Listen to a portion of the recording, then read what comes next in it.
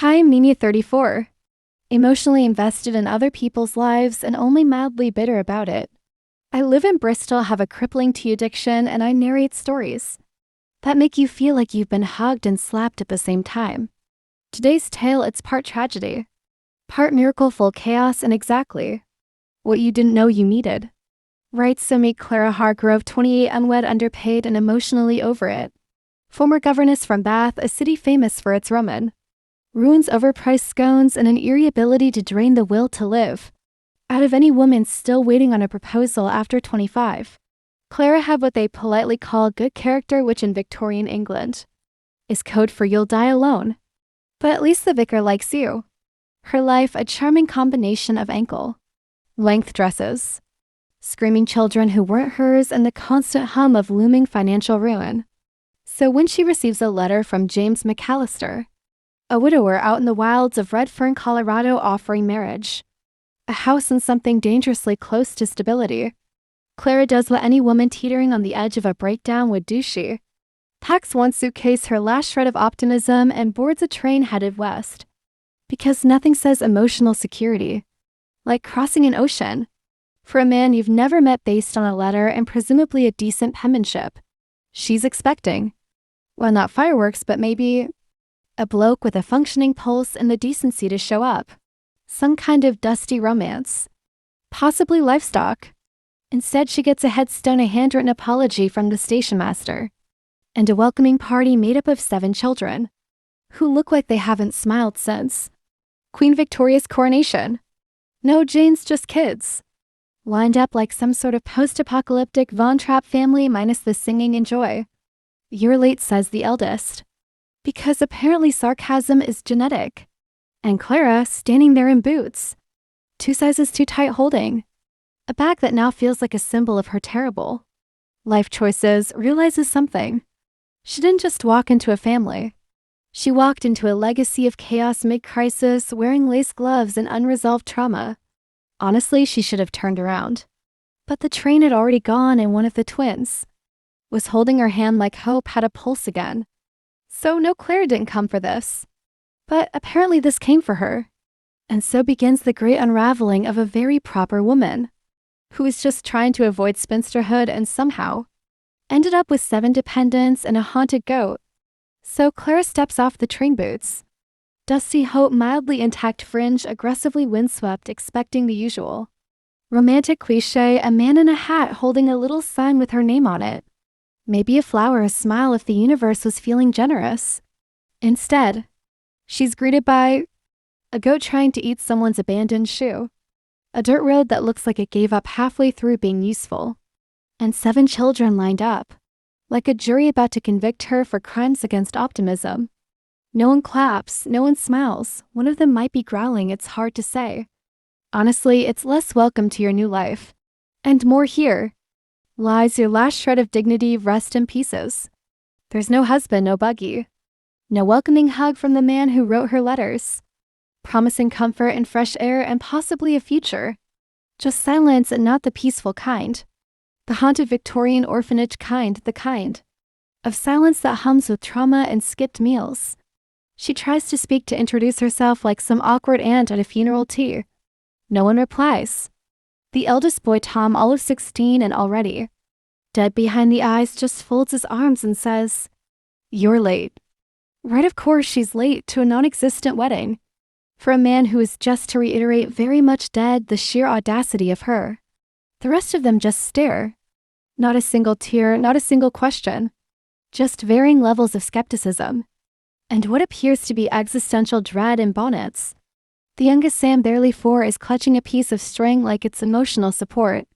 The twins, Nell and Nettie, are giving off possessed doll energy. And somewhere in the middle, a girl named Liza is already judging Clara's shoes. And Clara, she does what any self-respecting woman with crumbling dreams and a 2-way ticket to nowhere would do. She blinks, takes in the emotional carnage, and wonders if death by goat would be less humiliating than whatever this is. Spoiler, the goat is not the villain, but it will eat 3 hats and a sermon later on. So here she is, no husband, no ring, no clue. Just a bag, a letter, and a group of children looking at her like she's the last adult the universe has spat out before quitting entirely. And honestly, she should run. But Sam's hand is now in hers, sticky and small, and Clara, idiot that she is, doesn't pull away. Because some part of her buried deep beneath, the sarcasm and the internal screaming knows. This isn't what she wanted, but maybe, just maybe it's what she was meant for. Right, let's meet the reason Clara didn't immediately throw her bag into the nearest canyon and scream into the sky until the goat took her out of her misery. The McAllister children, or as Clara would later call them, the emotional wrecking crew. They are many, bear damage, they are suspiciously silent. Let's go down the roll call, shall we? Tom 16. The unofficial leader of the pack. Imagine brooding personified but with a shovel and a deep distrust of anyone over the age of 25. He has exactly one facial expression, mild loathing, and communicates primarily in grunts, glares, and door slamming. He's the type to fix a roof while judging your life choices from the ladder. Would rather fall off said ladder than ask for help? Trust level lower than Clara's hemline after that goat incident. Liza 14. Domestic goddess with the emotional range of a guillotine, can cook clean braid 6 heads of hair and deliver a passive-aggressive insult all at the same time. Her emotional support activity is scrubbing pots like they personally wronged her. She already hates Clara's handwriting, her accent, and the fact that she breathes in the same house. We'll forgive her eventually, but only if the stew's decent. Joey 12. Probably feral, definitely plotting. Speaks only in monosyllables and riddles, last seen fashioning a slingshot out of despair and old shoe leather. Could be a genius, could also be the reason the barn mysteriously caught fire last spring. Clara once asked him what he was thinking. He said nothing, with the intensity of a child hiding 4 frogs and a secret. Clara Jr. 10. Yes, you read that right. Clara Jr. because apparently James McAllister had a thing for poetic foreshadowing. Or possibly just a really dark sense of humor. She's sweet, quiet, watches everything. Doesn't trust easily, but when she does, she will defend you with a fork and zero hesitation. Clara Sr. tries not to panic about the name thing, fails spectacularly. Nell and Nettie 8. The twins, human hurricanes in mismatched socks. Impossible to tell apart, which is fine because they speak in twin code and finish each other's sentences with terrifying accuracy. One bites, no one knows which. They once stole a priest's hat during a sermon and buried it for reasons. They don't walk, they sneak. You'll hear laughter and regret, then silence, then smoke. Sam 4. Small sticky cries at clouds. Thinks Clara is some sort of angel who smells like soap and hope. Has a blanket named Moo, brings it to war. He clings to Clara's skirts like they hold the meaning of life. And honestly, for him, they probably do. He called her mum on day 3. Clara had to sit down and have a moment, possibly 2. So 7 children. Each one a beautiful broken little storm of grief and unmet needs. Their father, dead off-screen, exit stage, left the man Clara came to marry, is now 6 feet under and still somehow better at ghosting than half the men in London. Their mother long gone, no one talks about it. Their future, well, questionable at best. And now they're Clara's problem. Thanks to a letter, a gamble, and the cruel comedy that is fate. Because why get a husband when you can inherit 7 tiny emotional grenades instead? So here she is, a woman who came looking for security and found a living, breathing legacy of chaos and grief. Not quite what the letter promises, but definitely what the universe shoved into her arms and said, "Good luck, sweetheart, don't cock it up." Could she have left? Absolutely. No one would blame her. Not the children, not the goat. Not even the ghost of James McAllister, who, let's be honest, had some nerve dying before collecting the human woman he ordered via post like a particularly hopeful Amazon parcel. She could have turned right around, flagged the next train east, and dramatically sobbed into a lace handkerchief while journaling about how the West wasn't ready for me. She even rehearsed her exit speech twice. It's not you, it's me, and also it's you, mostly you, good day. But then it happened. Sammy, 4 years old, crusty-faced, emotionally fragile, with the voice of a sleepy mouse and a grip like desperation, itself shuffled up to her, holding what appeared to be a half-dead toy horse missing 2 legs and its dignity. He looked up at her with those massive, watery eyes and said with all the soul-wrecking power of a Victorian ghost child, "Are you my new mom?" Boom, emotional ambush, no survivors. Somewhere inside Clara's overworked, underslept heart, a tiny crack formed, then widened, then collapsed entirely. Like a badly built shed in a thunderstorm. She froze, blinked, wondered if she was hallucinating. Because frankly, nothing prepares you for being called mom by a child you've known for less than 5 minutes and whose nose is actively leaking onto your hemline. And what did Clara do? Did she cry, scream, panic? No, she did what any emotionally repressed woman with Victorian manners and questionable impulse control would do. She took a deep breath, adjusted her corset, told the goat who was now chewing her skirt to kindly move, and stepped inside the house she absolutely did not ask for. The door creaked ominously like even it was judging her. Inside, dust, silence, possibly a bat, definitely poverty. The air smelled like mold, grief, and whatever Liza had tried to boil the day before. The walls peeling. The furniture charitable. The energy hostile with a hint of abandonment trauma. And still Clara stayed. Not because she was brave, not because she was noble, but because one child had handed her a broken toy horse and called her mom like it was a lifeline. And Clara, foolish, brilliant Clara, grabbed it with both hands and said, "Right, let's get on with it then." That was the moment. The moment she chose chaos. The moment she became the reluctant matriarch of 7 unwanted children, a half-haunted house, and a goat named Gregory with no boundaries. No ring, no husband, no plan. Just guts, linen, and the blind hope that maybe, just maybe, healing starts with the people too stubborn to walk away. So Clara, former governess, proud owner of patience, poise, and precisely 0 qualifications for whatever this was. She thought she knew children.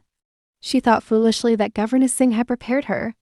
That tutoring tiny dukes on Latin, verbs, and playing piano while their mothers wept into brandy had somehow qualified her to manage 7 feral offspring, raised on grief, root vegetables, and vengeance. She was wrong. So wrong. Day 1. Tom nearly punched a traveling salesman for offering Clara a discount on kettle repairs that sounded suspiciously like innuendo. "He looked at you wrong," Tom growled like a teenage Liam Neeson with a shovel and abandonment issues. Clara hadn't even unpacked her knickers. Day 3. Nettie the Bitey twin set the curtain on fire trying to cook air. No one explained what that meant. And frankly, no one wanted to. The curtain survived the air not so much. Day 5. Liza tried to poison the porridge with onion peels, just to see if you were paying attention. She was barely. By week 1, Clara had skinned a rabbit, forgotten what quiet sounded like, developed an eye twitch so aggressive it could probably power a windmill. She learned to navigate tantrums, goat invasions, and Joey's suspicious collection of found bones. She once caught the twins painting the goat blue and didn't even flinch. Just muttered, "Well, at least they're using their hands," and went back to peeling carrots like a war widow waiting for God. Her daily routine was something between a military campaign and a slow-moving existential crisis. She fed them with whatever she could beg, borrow, or invent from 3 turnips in sheer willpower. Told bedtime stories she made up on the fly, usually featuring brave motherless children and suspiciously Clara-shaped heroines. Shouted less than she wanted to. Cried more than she admitted, mostly in the pantry. It wasn't love, not yet. But it was effort, and in red for an effort was practically a proposal. The children naturally responded with confusion, and then suspicion, and then very slowly participation. Joey stopped growling at her meals. Liza let her brush her hair once without threatening a knife. Clara Jr. started saying please. Tom grunted with 15% less disdain, which for him was basically a hug. Even Sam, poor sticky Sam, started calling her Mama like it was just a fact. Like it had always been true and she'd simply arrived late to the party. Motherhood, Clara realized, wasn't soft lighting and sweet lullabies. It was getting your soul ripped out at 6 a.m. by someone who still waits the bed and thinks warms are currency.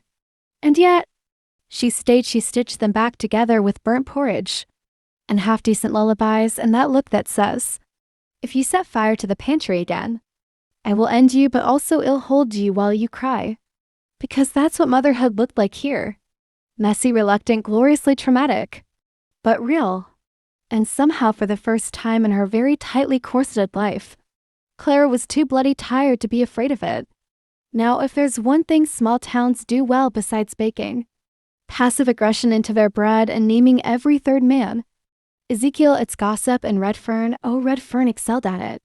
By the time Clara had finished her first week of keeping children alive, and emotionally traumatized goats at bay, the town had already produced 5 conspiracy theories, 3 prayer circles, and 1 very dramatic fainting spell in front of the general store.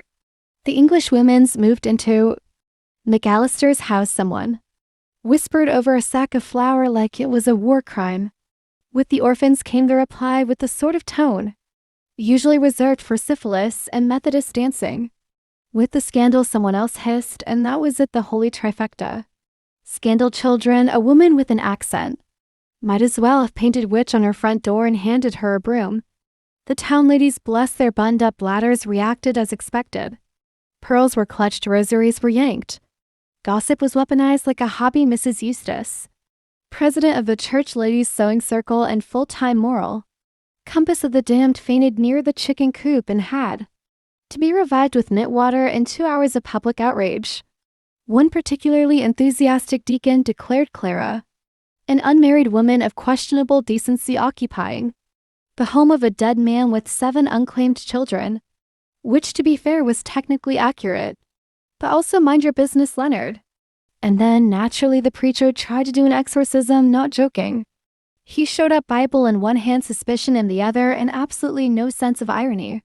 Declared the house spiritually unclean and suggested Clara submit to a cleansing ritual which involved holy water, shouting, and something that looked suspiciously like a salad tong. Clara utterly done with everything. And everyone did what any self-respecting, exhaustive woman with half a dozen fires to put out would do. She baked him a pie. Apple, naturally, with extra salt and 0 apologies. Bless your heart, she said with a smile. So sweet it peeled the paint off the chapel door. The preacher never brought up demons again, but he did eat 2 slices. By week 2, the whispers had upgraded from poor thing to dangerous influence. Children from other homes were instructed not to go near the McAllister place, as if Clara was handing out existential crises like lemonade. Tom didn't help, of course. He scowled at anyone who looked in Clara's direction for longer than 3 seconds. Joey started charging townsfolk a nickel to see the English ladies' haunted pantry. The twins performed a fake seance and summoned the ghost of bad parenting in front of Mrs. Eustace. Liza carved mother says nitrogen monoxide into the school bench and refused to explain which mother she meant. Chaos, delicious reputation, ruining chaos. And yet Clara didn't flinch. She baked, she scolded, she read bedtime stories while the entire town melted down over the existence of a woman who dared to be useful without a husband's signature. Here's the thing no one tells you about emotional recovery, it's dull. There's no montage, no swelling music, no eureka moment where a child drops their trauma like a sack of potatoes and shouts, "I'm healed, mother." No, healing is tedious. It's slow, messy, uncinematic, like watching paint dry if the paint had trust issues and tried to stab you with a fork. There were no inspirational speeches, no Hallmark monologues, no slow-mo hugs in the rain, just 7 children with trauma, packed tighter than Clara's corset, learning how to sit at a table again without flinching when someone raised their voice or reached too fast for the butter knife. That was progress. Tom, walking embodiment of teenage fury and suppressed affection, started calling her man without venom, which, coming from Tom, was basically an emotional declaration, on par with a love sonnet and a standing ovation. Clara nodded, said thank you, then walked into the pantry and screamed into a sack of potatoes for 3 minutes. Liza, sharp-tongued, judgmental, emotionally constipated Liza, asked Clara to braid her hair. Just sat there one morning and plopped a brush in her lap like it wasn't the biggest emotional breakthrough of the decade. Clara didn't react, just quietly did the plate, kept her face blank, refused to sob, only cried later into a dishcloth while doing the washing up, because nothing says parenting when like emotionally combusting next to a pile of turnips. Joey, who once buried a spoon in the yard for safety, stopped hiding food under the floorboards. He still stared at her like she might explode or vanish or turn into a ghost, but at least the pantry was no longer a minefield of crusty bread and boiled eggs wrapped in guilt. Even the twins, Nell and Nettie Chaos Gremlins incarnate, stopped biting things mostly. They started drawing pictures of Clara, well, drawings of a woman with 2 much hair, a goat, and 7 smaller stick figures labeled S. Close enough. And then one night it happened. It wasn't special, it wasn't even planned. Joey told a joke, badly something about a chicken and a fence. Nettie giggled, Sam squealed. Liza tried not to smile and failed even. Tom's face twitched, recounting as laughter under the Red Fern Emotional Standards Act of 1882. And for the first time in that godforsaken house full of soot and sorrow, they all laughed out loud together. Clara's spoon halfway to her mouth froze, blinked.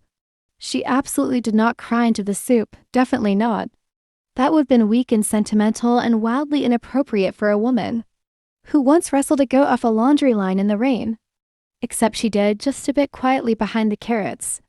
Because it wasn't love. Not yet. But it was warm, familiar, real. It was 7 children beginning to believe that. The worst had already happened, and maybe, just maybe, something good was quietly sneaking in through the back door, tracking mud on the floor and asking for seconds. And Clara, she stirred the soup, took a shaky breath, and thought, well, bloody hell, I think we're becoming a family. It started with a creaky floorboard and Clara's completely healthy, not at all obsessive decision to reorganize the entire house in a fit of emotional suppression. Because when your entire life unravels, what else do you do but alphabetous pantry jars and aggressively scrub window sills until your soul gives out? That's when she found them, tucked away in a box under the bed, wrapped in a handkerchief, and a disturbing amount of emotional manipulation. James's letters. At first she thought it was just old correspondence, maybe a shipping invoice, last will requesting his boots be polished before burial. Nope. It was a paper trail of guilt, love, desperation, and the emotional equivalent of a flaming bag of feelings tossed through her front door. Turns out James McAllister knew he was dying, knew he wouldn't be around to greet her, knew full well he was ordering a wife the same way one might panic, buy a winter coat before succumbing to consumption. Didn't need a wife, he wrote, I needed someone who'd stay. Oh, brilliant. Just what every woman dreams of being hired to replace. Death and dysfunction with soup and lullabies. Page after page of careful handwriting and emotional booby traps. He spoke of the children, their grief, his regret. The ranch falling apart. The need for someone who wouldn't run at the first go or Gale-forced tantrum. Someone with grit and kindness, he wrote, and very little self-preservation. Clara stared at the page like it had slapped her and offered a tissue. She read the final line. If you've made it this far, thank you. I believed in you before I ever knew you. And that was the emotional sucker punch. So what did Clara do? Did she weep gracefully into a lace kerchief? Collapse on the bed like a Victorian tragedy heroine? Gaze into the distance while a single tasteful tear rolled down her cheek? She went outside and rage cleaned the barn.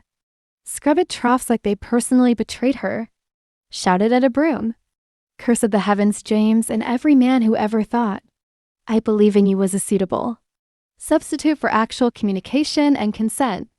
The goat wisely stayed away. By sunset, she cleaned the barn, rearranged the hay, and had what she would later refer to as a breakdown with character development. Because here's the kicker. She wasn't angry he died. She was angry he believed in her without asking if she wanted to be believed in. He chose her, but she never got to choose him. And yet she was still here, still staying, still stitching together this wild, weird, half-broken family. Not because James believed in her, but because she started believing in herself. Somewhere between the burnt porridge and bedtime stories, she'd built something real, messy and totally hers. So no, she didn't get a husband, but she got 7 kids, a haunted pantry, a goat named Gregory, and the deeply inconvenient habit of caring too much. No husband, no problem. She had legacy and hay fever, but mostly legacy. It didn't happen all at once. There was no banner, no dramatic musical cue. No sudden chorus of children sobbing mother in unison while Clara gracefully caught them all in a group hug and wept into someone's overalls. Number. Instead, it happened the same way everything else didn't. Red fern awkwardly, unexpectedly, and probably covered in mud. It started with Sam, of course, 4 years old, sticky at all times. Emotionally porous like a sponge that cries. He toddled into the kitchen. One morning looked up at Clara, with jam on his forehead and pure sincerity in his eyes, and said, "Ma, can you fix my rabbit?" Now the rabbit was made of socks and trauma, but that wasn't the point. Clara blinked, nodded, fixed the rabbit, pretended she didn't immediately have to stir the porridge, with her back to the room, so no one would notice the very ungoverness-like emotion happening on her face. Then came Nell and Nettie, the twin menaces. They started leaving her drawings. Crane chaos scrawled across scraps of paper that mostly looked like demonic scribbles until you saw the label. Arma. Adorable. Horrifying. Absolutely frame-worthy. Claire Jr. followed soon after, already halfway hers in name and attitude. One night after Clara tucked her in and sang a lullaby that was 40% humming and 60% guesswork, she mumbled, "Night, Ma." And that was it. No fireworks, no grand declarations. Just quiet. Just hers. Then came Joey, the emotionally feral child with raccoon energy and a soul forged in mischief. He was the tough one, the one who'd rather chew glass than admit affection. And yet, after Clara stood up for him at school when the teacher called him unruly accurate but still rude, he casually dropped a "Thanks, Maj," like he'd been doing it forever. Like it didn't just send Clara spiraling into the nearest broom closet to cry into the cleaning rags. But the real shock, the one that nearly sent her into orbit. Tom. Stoic, silent 17 and terminally unimpressed. He was fixing a fence post sleeves. Rolled up expression carved from granite. When he handed her a hammer and said, "Here, Ma." Just like that. No fuss, no drama. And for a moment, just one, Clara forgot how to breathe. Even the goat seemed less judgmental. Stopped staring at her like she was one poorly placed sneeze from complete failure. He actually let her pat his head once, which in goat terms is basically a marriage proposal. She didn't earn it all at once. Didn't demand it. Didn't ask for it. But slowly, heartbreakingly, hilariously, they stitched her into their lives like she'd always been there. Not because of obligation. Not because of name or blood or paperwork. But because she showed up. Because she stayed. Because when every other adult had bolted or broken or burned the bridge, she didn't. She stayed. And that's the thing, isn't it? Being chosen, it hits different, hits harder, cuts deeper. Because it's not handed to you, you earn it. With burnt porridge and goat bites and lullabies that sound like threats. Clara wasn't given this family. She was claimed. Quietly, reluctantly, completely. And she claimed them back. Not because she had to, but because they were hers and she was theirs. Let's get one thing straight. There was no romantic climax. No cowboy galloping in to rescue her. No kiss in the rain while doves exploded in the background. Not even a cheeky wink from a local blacksmith. Just Claire's 7 formerly feral children. And a house that finally smelt more like stew and less like generational trauma. There were no fireworks, no slow dance in the dust. No telegram from the Queen saying, "Well done on the emergency, family darling." Instead, there were small things. Tiny, stupid, precious little things. Like Sam handing her wildflowers with half the roots still attached. Liza humming while sweeping. Tom patching the roof without being told. Clara Jr. falling asleep on her shoulder mid-sentence, mid-biscuit. The shack didn't magically turn into a home overnight. But it started holding warmth. Like it too was learning how to be part of something. Which frankly is a miracle considering. It still had a hole in the floorboards. The size of rural discontent. And the goat stopped glaring mostly. There were no ballads written. No newspapers reported governess accidentally becomes legend.